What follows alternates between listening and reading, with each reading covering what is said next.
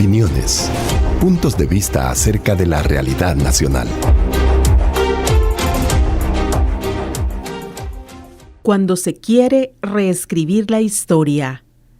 La coyuntura nacional, especialmente si atendemos a las publicaciones en medios y en redes, ha estado marcada por dos acontecimientos muy distintos. Por una parte, la beatificación de Rutilio Grande, Cosme Espessoto, Nelson Lemus y Manuel Solórzano.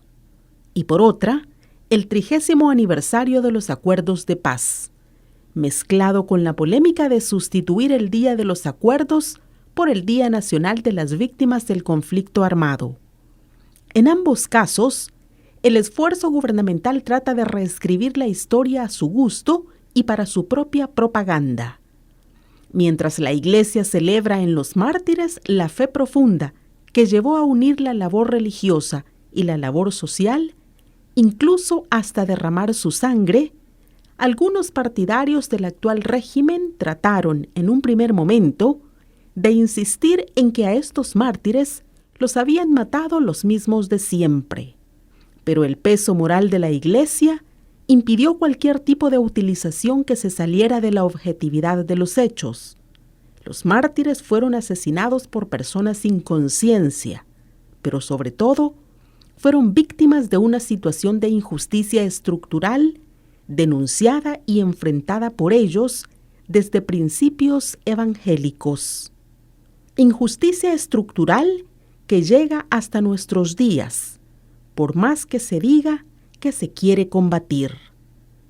El debate sobre el nombre del día 16 de enero, Día de los Acuerdos de Paz o Día de las Víctimas del Conflicto Armado, muestra también el deseo gubernamental de manipular la historia a su gusto. De hecho, la petición de declarar un Día Nacional de las Víctimas del Conflicto Armado es una antigua aspiración y propuesta de la comunidad de defensores de derechos humanos que nunca fue satisfecha. Los defensores de derechos humanos insistían siempre en el Día de los Acuerdos, en que el protagonismo de la celebración debía ponerse más que en los firmantes, en las víctimas de la guerra y en aquellas personalidades que empeñaron su propia vida e incluso la dieron para defender la paz y lograr la finalización del conflicto por la vía del diálogo y la negociación. Masacres como las de El Mozote, tan maltratadas por el gobierno actual, hicieron más por la finalización de la guerra que los propios firmantes de los acuerdos.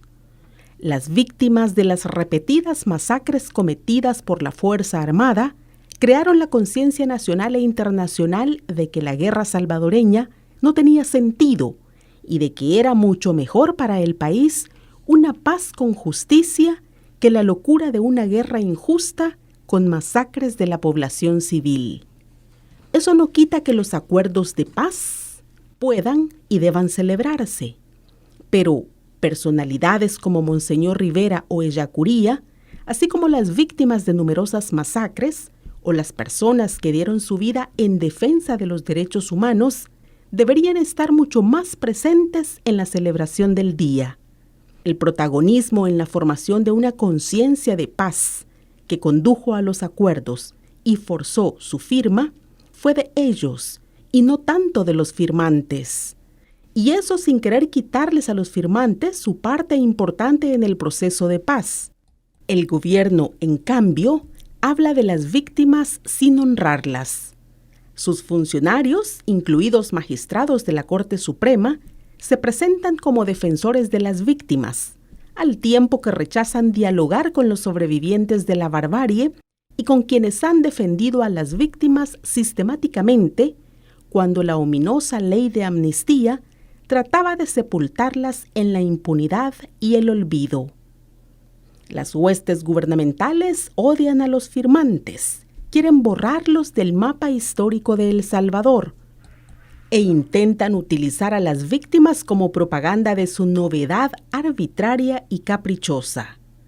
Si algunas embajadas felicitan a quienes celebran los acuerdos de paz, el propio presidente les termina diciendo que eso es injerencia en el país, a pesar de que los pueblos de las embajadas mencionadas jugaron un papel importante en el impulso salvadoreño hacia la paz y continúan apoyando nuestro desarrollo social y democrático.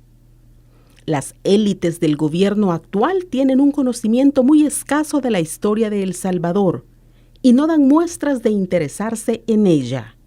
Son, en su mayoría, miembros de una generación burguesa y superficial, escasamente comprometida con la justicia. Ni siquiera se les ve la intención de estudiar seriamente posibles soluciones a los problemas estructurales del país. La propaganda es la reina y la emperatriz de la ideología de los llamados miembros de nuevas ideas. Desde su propio vacío necesitan reescribir la historia presentándose como redentores de una política irredenta, la de sus predecesores, con los que en algún momento brindaron y celebraron en el pasado. Y si en algún tema o acontecimiento importante no han tenido protagonismo, tratan de destruir el prestigio ajeno y presentar con espectacularidad decisiones y discursos que terminan chocando con la realidad pobre y sumida en la injusticia que sufre nuestro país. No advierten que la propaganda, los insultos a la oposición crítica o la espectacularidad de las presentaciones y discursos nunca podrán sustituir el trabajo permanente de quien analiza con seriedad la realidad o de quien se esfuerza en hacer historia desde la promoción y defensa de la dignidad humana y de la justicia social. Artículo publicado en el Boletín Proceso, número 75. Hasta aquí, la opinión de hoy.